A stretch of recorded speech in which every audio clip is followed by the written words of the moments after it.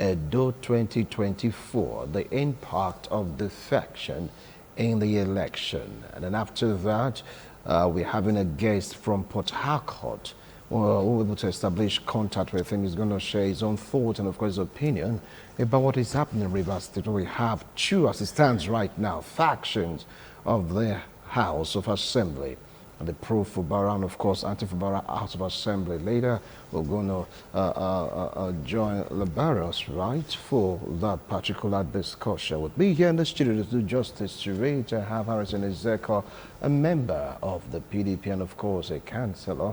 You know where I do, right? And he eventually, fortunately, yes, he is the speaker of that local government. So can I call him Mr. Speaker right now? Of course he is. You have to speak into my life. Hope you know that. All right.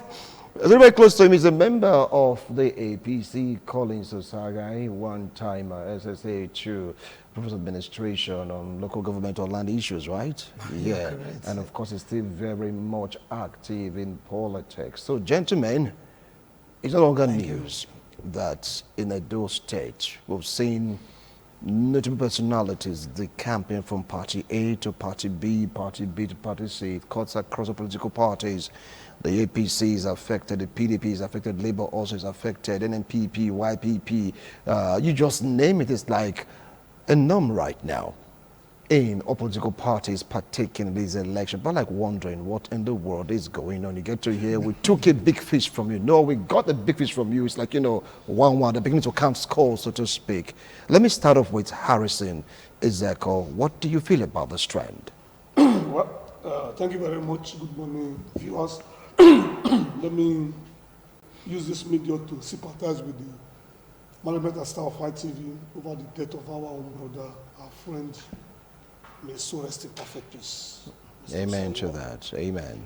Having said that, I want to make it very clear that, you know, the transfer window, the APC transfer window has just been opened. And, is it a football competition right now? Okay. Year, it happens. All right. In any of the political parties. And so people are taking advantage of it to move from one political party to another. Maybe probably some of them feel not satisfied, or some of them feel that they might not be able to have their way, or some of them feel that their interest is not being fed, or probably, like I said, transfer window goes with resources, and the money is available and is attractive. So if you are interested, you indicate your interest, they settle you, and you come and join. And it's not something new. In my first tenure, when I was the councillor of the local government council, in my first tenure, it also happened. It was also during the election when the transfer window of APC also opened. And I remember that. Is it transfer window of APC or no? What about the PDP transfer window that is open? You can also use that word as okay. Transfer, but those people I'm talking about, they moved to the APC. So now the transfer window of the APC, and so you are seeing. I think basically is that most time it might not really have a significant effect on the party, because based on the person that is leaving any of the party, what is the stand of this person? What is the capacity of this person? Who are the followers of these persons? Is it those who are living in past glory, or the modern politician that people can trust, that can command people? These are the things you need to look at. You have to look at the person that is living, his pedigree. Why is he living? What are the issues? Some people just wake up in the morning maybe because they feel that maybe their name was not mentioned in the campaign council, or they feel that the governor does not listen to them or does not patronize them. For that reason, they want to leave the party. You know, in developed countries, things like this is drastically reduced. It doesn't happen. But here, it is normal as part of our politics. When people feel aggrieved, they can decide to say they are leaving the party. But if you are leaving, you should have a reason for leaving. There should be a cause. Those of us who follow Godwin Obaseki, when the APC on their own decided to say they should leave the party, that they don't want him anymore. We have reasons for following the governor. Their reasons was, yes, this man was doing well. This man was being, it was being pushed out because people want him to do the other side. And for that reason, we followed him. That anywhere you are going to, we'll go with you. These are reasonable way to say, okay, you want to move to another party to pick a tent. But a situation whereby you just sit down on your own, maybe people call you, but when I come home, if you want to leave, we'll give you 5 million, we'll give you 10 million, the case may be, because we have seen it before. These people running to go and collect the money. They are just going there on their own. And the truth about that, the day of the camping, you can mobilize anybody from anywhere. You are not talking about voters card. People who go to elections, or those who have voters card, you can go and bring people from every region to just come and make it clear that you have followers, and you go and join the political party. And many attend does not translate to voting.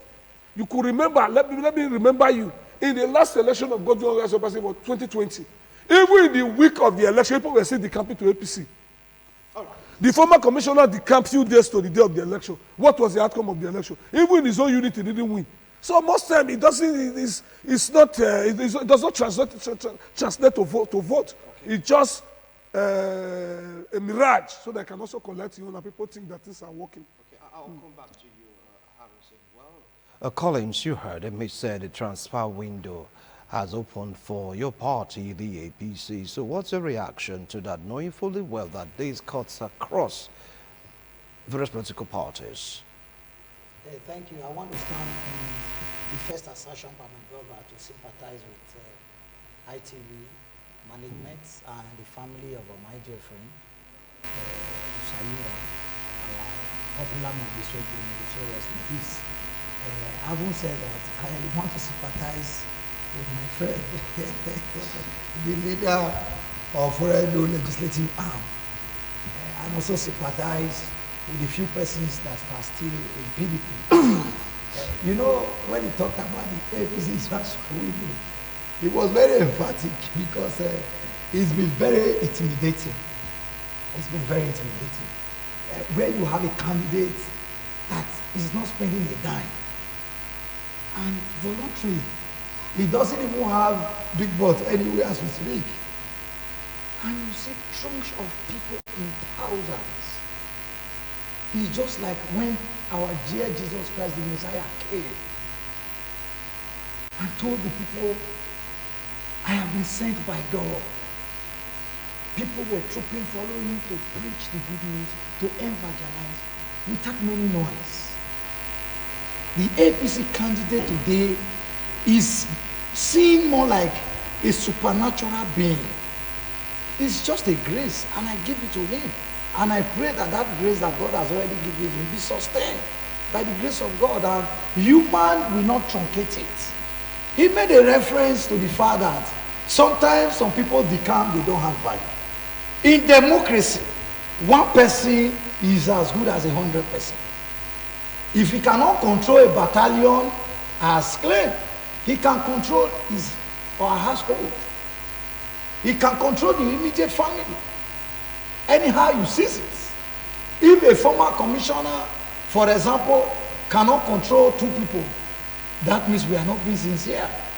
It's quite unfortunate that even with the dollars in naira that is being thrown out by the opposition party, no major politician is willing to join them openly.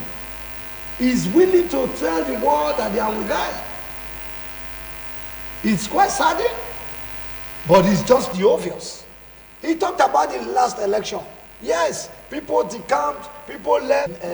It's normal. Every politician, or even non-politician at this point, have value. You know, so the transfer window that has been opening to APC so far has been free to air, and it's been very interesting. We are spending nothing, but we are gaining more. And this is as a result of bad governance, bad failure. When people entrust you and you decide to do otherwise, when it's time to say no, they will say no. Because what went for His Excellency, the last governor, was probably because, quote and unquote, some power that be at the center was able to assist them to play the game the way they wanted it. But even at that, what was the margin? With state might, with federal might that assisted the incumbent governor in that last election. What was the margin? less than 30,000 plus, you know, margin with all the thumb printing and all of that. So the governor knew very well that they lost that election, but because of some interest within the party as at that time, and he had his way. But however, who knows yesterday doesn't own today. And today is just here. That is why the people are saying, owing to promises failed, owing to palliative that was confiscated by you did not give to the masses, owing by the water storm project you failed to complete, owing by the roads, the infrastructure you turned to wait and see and wasting the taxpayers' money, owing to a lot of things, demystifying institutions that have been built over decades, and all of that, they were just being tired of importation of people. You import deputy governor, you import a candidate, you coerce people, you make people in their party even when they was beating you, and you said you needed an umbrella to cover. They covered you, you messed them up completely. That broom swept you away. Down, you brought the deputy governor. All his aides are all Yorubas right now. Chief press secretary is a Yoruba man, the PA is a Yoruba man. Even those you still made within you, they are more importation. And the local bread want to have their breeds. The local bread want to pray. And so forth. So many of these inadequacies, they have resolved that no way. Because now you did not build one flyover, you did not build one skyscraper. We agree you painted some of Bermuda's building. May he so rest in peace for giving us those statistics and those buildings today we are celebrating. Yes, it was good, continuity. The windows were not bad. He fixed the window and painted them. Good, but that is not what the people need. Those are supposed to be like my brother councillor's job, you know, before now. But that has now become what the state government has celebrated. We have a workforce that is less than 2,000, and you are telling us you are paying people.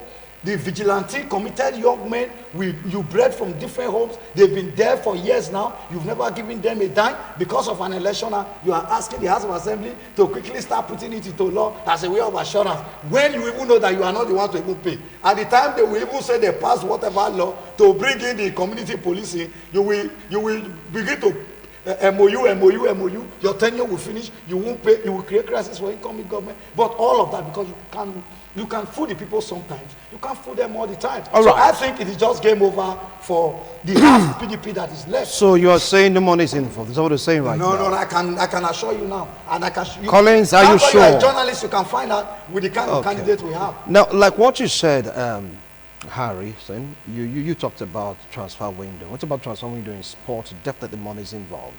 But some be like those, no money involved. But from what I went out to find out, Collins, definitely there's a lot of cash involved from all parties.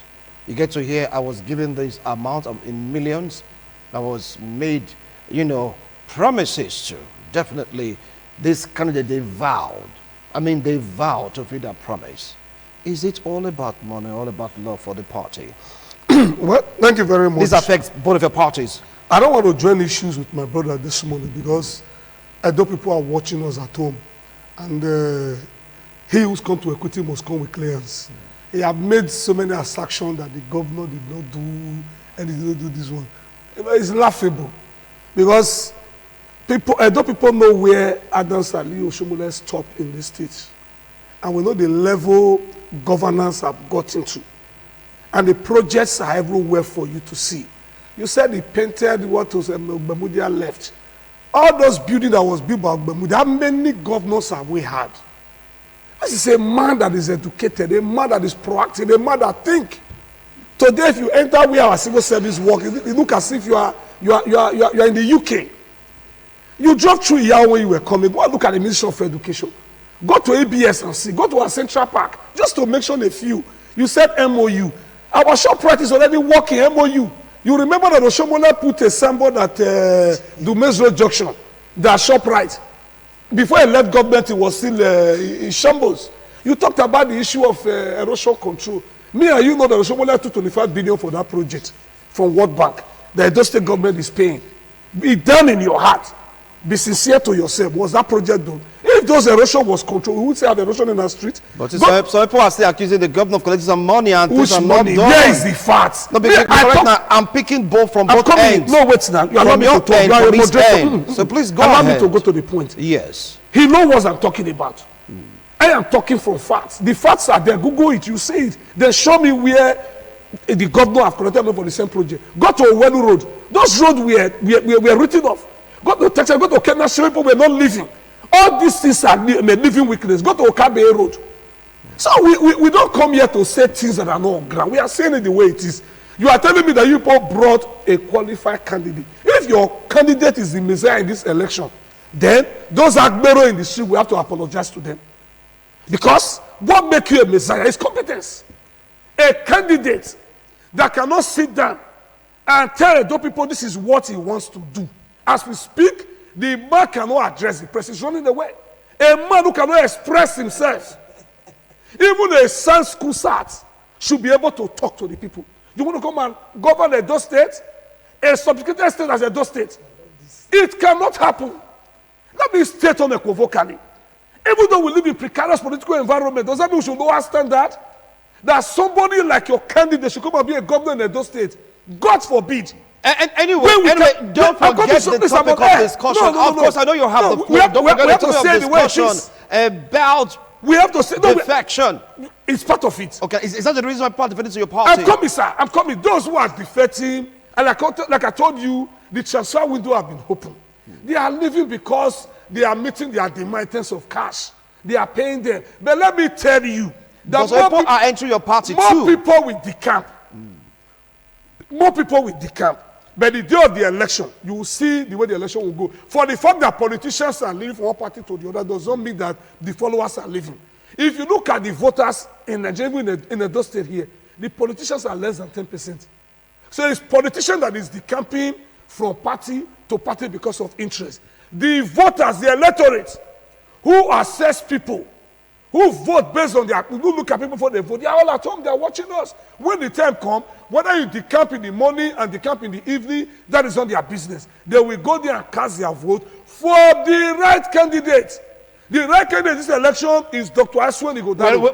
Everybody knows that. Harrison, you just broke a particular rule. We're not able to campaign for anybody. We're not campaigning. We are not campaigning. We are supporting our party. Now we come here and say we are not campaigning. But still, you're campaigning. For now, I will not accommodate that. It's not an issue of campaign. Let me stand up. Okay, I'm sorry about that. All right. If we come here to talk about party, we are campaigning for our party. What is the rule that you cannot talk about your party? You can't talk about your candidate. What we are telling is that we have somebody who have make his mark in the corporate world. Okay, but you know what, gentlemen? We have capacity. Gentlemen. We have competence. We have intelligence. Gentlemen. And we are letting you know that at the end of the day, those people will judge. Gentlemen. From the three major political parties. I'm going to make you a promise. We're going to continue discussion on Sunday, for real. But we're going to have 1 minute to answer what he said. Just 1 minute. Because I'll have a Labrador, so show my order in Port Harcourt, talk about something that is happening right now in Rivers State. So Sunday is a promise. But we will be here to finish this fight, okay? But for Collins, 1 minute. Please summarize. We have a candidate that will not just hold microphone. He said my candidate doesn't address the press. He does not just hold microphone and start talking when he's not supposed. Because my candidate understands very well that we have 7 days in a week. And he will not hold microphone and say we have 9 days in a week. You know? So we also have a candidate who knows too well that 24 hours is what we have in a day. Okay. And we say we have 29 hours in a day. That is just because propaganda. Thank you. We have a very organized candidate. Not to worry. When he needs to talk. On Sunday. When he needs to act. On Sunday, you finish this fight. He's a senator of the Federal Republic. Not to worry. On Sunday, you finish this fight. That is a promise. Yes, so